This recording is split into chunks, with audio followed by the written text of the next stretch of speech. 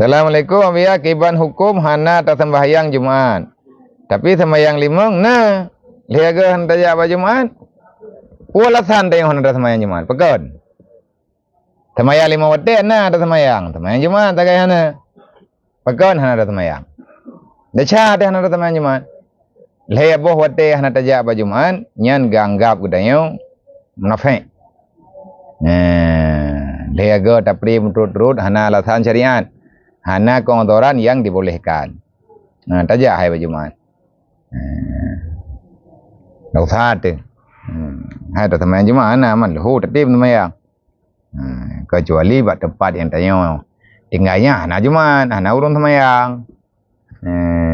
Hai tu tinggal di langkawan urungnya hana sembahyang. Kan buat nanggroi silam tinggal itu. Adapun naik pedang Jumaat secara aturan hukum hantah dalam catatan pandangan ketentuan ahli sunnah wal jamaah. Nyam bagaimana?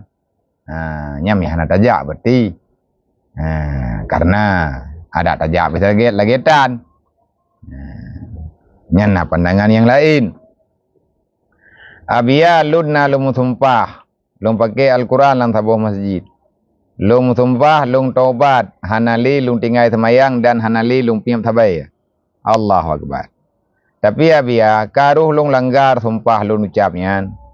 Kiba nabia untuk lung taubat lum. Na taubat ju lum.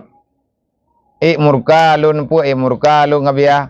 Nyen murka ngahana urusan Allah.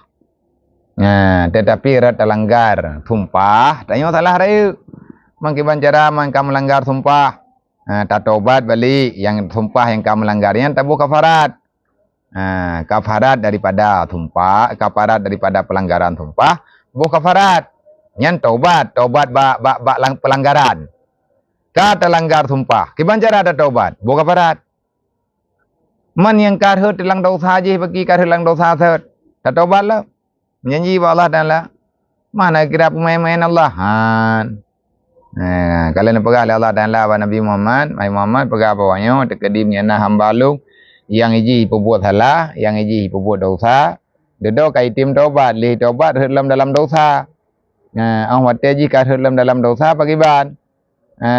Ina taubat lah Muhammad eje yo taubat. Man lung pu taubat insyaallah Taala lung beri taubat. Selama golom truk nyawang. Selama golom nyawang.